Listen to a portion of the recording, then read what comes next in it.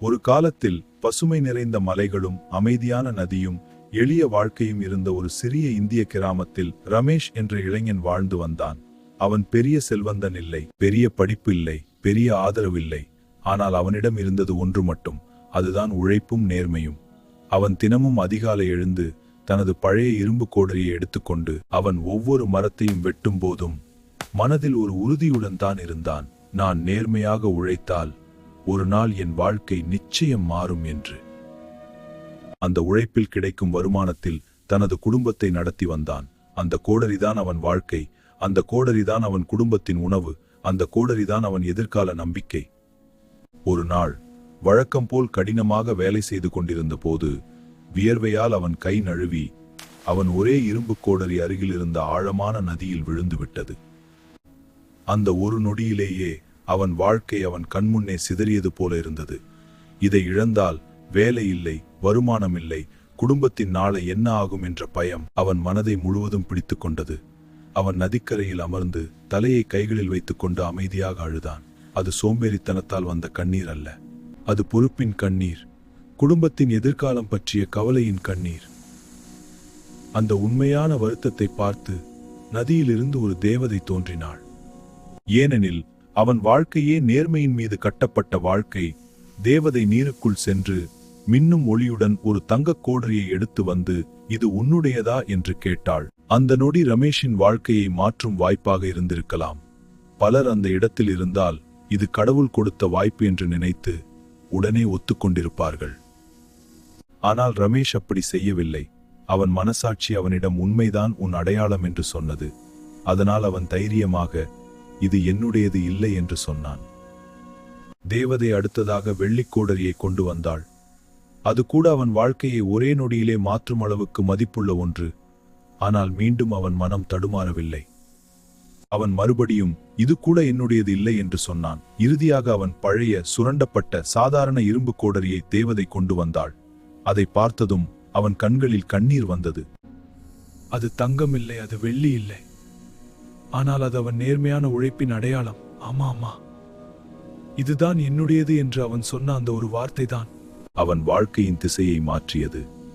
தேவதை பெருமையுடன் சிரித்து, நீ ஏழையாயிருக்கலாம், ஆனால் உன் நேர்மை உன்னை மிகப்பெரிய செல்வந்தனை விட உயர்த்தி நிறுத்துகிறது என்று சொல்லி அவனுடைய நேர்மைக்கான வெகுமதியாக 3 கோடரிகளையும் அவனிடம் கொடுத்தாள். ஆனால் இந்த கதையின் உண்மையான அர்த்தம் தங்க கோடரியில் இல்லை, வெள்ளி கோடரியில் இல்லை. இந்த கதையின் உண்மையான சக்தி அவன் மனசாட்சியில், அவன் தினசரி எடுத்த சிறிய நேர்மையான முடிவுகளில் தான் இருக்கிறது. ஏனெனில் வாழ்க்கையில் பெரிய சோதனைகள் வரும்போது நீ அந்த நொடியிலே எடுக்கும் முடிவு நீ தினமும் எப்படி பழகுகிறாய் என்பதிலிருந்தே உருவாகும்.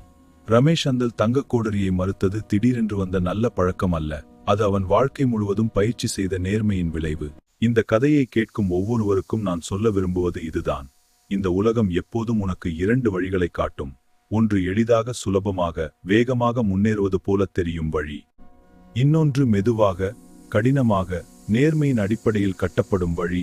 சுருக்கமான வழிகள் சில நொடிகளில் சந்தோஷம் கொடுக்கலாம், ஆனால் அவை மனசாட்சியை மெதுவாக சிதைக்கும். அதே நேரத்தில் உண்மையாய் நடப்பது உடனடி பலன் தராமல் இருக்கலாம், ஆனால் அது உன் குணத்தை, உன் அடையாளத்தை, உன் வாழ்க்கையின் அடித்தளத்தை உறுதியாக கட்டி எழுப்பும். நீ இன்று யாரையும் ஏமாற்றாமல், உன்னை நீயே ஏமாற்றாமல், உன் மனசாட்சியுடன் நேர்மையாக வாழ்கிறாய் என்றால் அது உன் வாழ்க்கையில் மெதுவாக ஆனால் உறுதியான மாற்றங்களை உருவாக்கும். பலர் மற்றவர்களின் வெளிப்படையான வெற்றியை பார்த்து அவர்கள் எவ்வளவு வேகமாக முன்னேறுகிறார்கள் என்று நினைத்து தங்களுடைய பாதையை சந்தேகிக்க ஆரம்பிக்கிறார்கள். ஆனால் நீ நினைவில் வைத்துக் கொள்ள வேண்டியது என்னவென்றால், நீ பார்க்கும் வெற்றி முழு கதை அல்ல. சில விதைகள் உடனே முளைக்கும், சில விதைகள் ஆழத்தில் வேரூன்றிய பிறகே வெளியில் தெரியும். ஆனால் புயல் வந்தாலும் விழாமல் நிற்கும் மரங்கள் எப்போதும் ஆழமாக வேரூன்றிய மரங்கள்தான். அதே மாதிரி உன் வாழ்க்கையும் மெதுவாக, நேர்மையாக கட்டப்படுகிறது. அதுதான் நீண்ட காலத்தில் உன்னை காப்பாற்றும் வாழ்க்கை. இந்த உலகம் பல சமயங்களில் தவறான வழிகளை மிகவும் அழகாக அலங்கரித்து காட்டும். அது சுலபமான பணம், சுலபமான புகழ், சுலபமான வளர்ச்சி என்று தோன்றலாம்.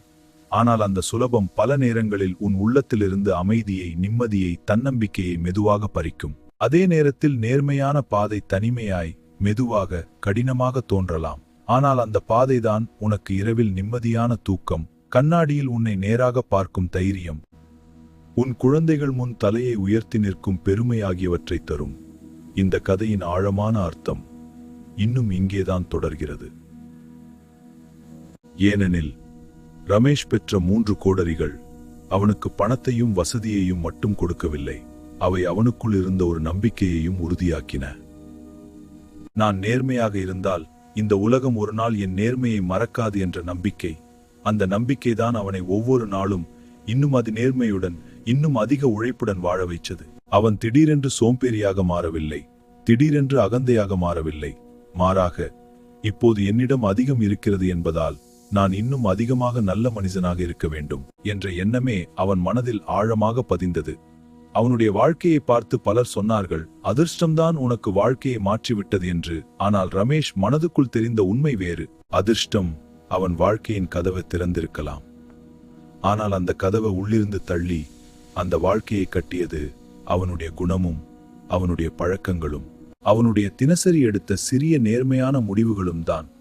ஏனெனில் ஒரு நாள் மட்டும் உண்மையாயிருந்தால் வாழ்க்கை மாறாது, ஆனால் தினம் தினம் உண்மையாய் வாழ ஆரம்பித்தால் வாழ்க்கை தானாகவே உன் குணத்திற்கு ஏற்ப வடிவம் மாறும். இந்த கதையை கேட்கும் நீ ஒருவேளை இப்போது வாழ்க்கையில் போராடி கொண்டிருக்கலாம், பணம் குறைவாக இருக்கலாம், ஆதரவு இல்லாமல் இருக்கலாம். வாழ்க்கை தானாகவே உன் குணத்திற்கு ஏற்ப வடிவம் மாறும். இந்த கதையை கேட்கும் நீ ஒருவேளை இப்போது வாழ்க்கையில் போராடி கொண்டிருக்கலாம், பணம் குறைவாக இருக்கலாம், ஆதரவு இல்லாமல் இருக்கலாம், உழைப்பு மதிப்பிடப்படாமல் போகலாம். சில நேரங்களில் நீ உன்னை நீயே கேள்வி கேட்டிருக்கலாம், நான் இவ்வளவு நேர்மையாக இருக்க வேண்டுமா?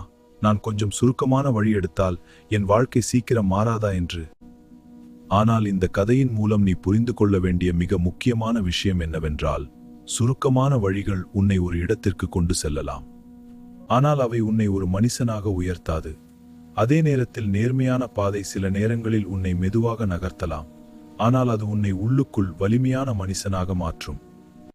உலகத்தில் நீ பார்க்கும் பல வெற்றிகள் ஒரே இரவில் வந்த வெற்றிகள் போல தோன்றலாம், ஆனால் உண்மையில் அவற்றின் பின்னால் நீண்ட கால ஒழுக்கம், பல ஆண்டுகளின் அமைதியான உழைப்பு, பலமுறை யாரும் பார்க்காத இடத்தில் எடுத்த சரியான முடிவுகள் இருக்கின்றன. அதனால் நீ இன்று யாரும் பார்க்காமல், யாரும் பாராட்டாமல் அமைதியாக உன் வேலை செய்து கொண்டிருக்கிறாய் என்றால் அது வீணாக போகும் உழைப்பு அல்ல, அது உன் வாழ்க்கையின் அடித்தளத்தை அமைக்கும் அமைதியான கட்டுமானம். அந்த கட்டுமானம் மெதுவாக நடக்கலாம், ஆனால் அது உறுதியானதாக இருக்கும். இந்த உலகம் உன்னை பலமுறை சோதிக்கும். சில நேரங்களில் பெரிய வாய்ப்புகள் உன் முன்னால் வரும், அது தங்க கோடரி போல மின்னும், அது உன் வாழ்க்கையை ஒரே நொடியிலே மாற்றும் என்று தோன்றும். அந்த நேரத்தில் நீ நினைவில் வைத்துக் கொள்ள வேண்டியது ரமேஷின் நொடி, அவன் மனசாட்சியை கேட்டெடுத்த முடிவு. ஏனில் அந்த ஒரு நொடிதான் அவன் வாழ்க்கையின் கதையை மாற்றியது. அதே மாதிரி உன் வாழ்க்கையிலும் ஒரு நாள் ஒரு நொடி வரும். அந்த நொடி உன் குணத்தை வெளிப்படுத்தும், அந்த நொடி நீ யார் என்பதை தீர்மானிக்கும், அந்த நொடிதான் உன் எதிர்காலத்தை எழுதும். நீ இன்று சிறிய சிறிய விஷயங்களில் உண்மையாயிருக்க ஆரம்பித்தால் அது உனக்கு நாளை பெரிய விஷயங்களில் உண்மையாயிருக்க தேவையான தைரியத்தை உருவாக்கும். நீ இன்று ஒரு சிறிய தவறான வழியை மறுத்தால் நாளை பெரிய தவறான வாய்ப்புகளை மறுப்பதற்கான வலிமை உனக்குள் உருவாகும். வாழ்க்கை உன்னை ஒரே நாளில் பெரிய மனிதனாக மாற்றாது, ஆனால் ஒவ்வொரு நாளும் நீ எடுக்கும் சிறிய சரியான முடிவுகள் மெதுவாக உன்னை பெரிய மனிதனாக கட்டி எழுப்பும். இந்த கதையின் மிக முக்கியமான செய்தி இதுதான். நேர்மை என்பது உனக்கு பிறர் தரும் பரிசு அல்ல, அது நீ உனக்கே தரும் மிகப்பெரிய மரியாதை.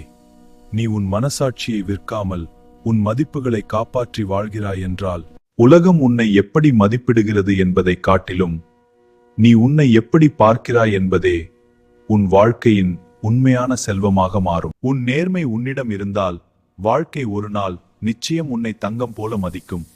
அதுவே இந்த கதையின் உண்மையான முடிவு, அதுவே இந்த கதையின் உண்மையான வெற்றி.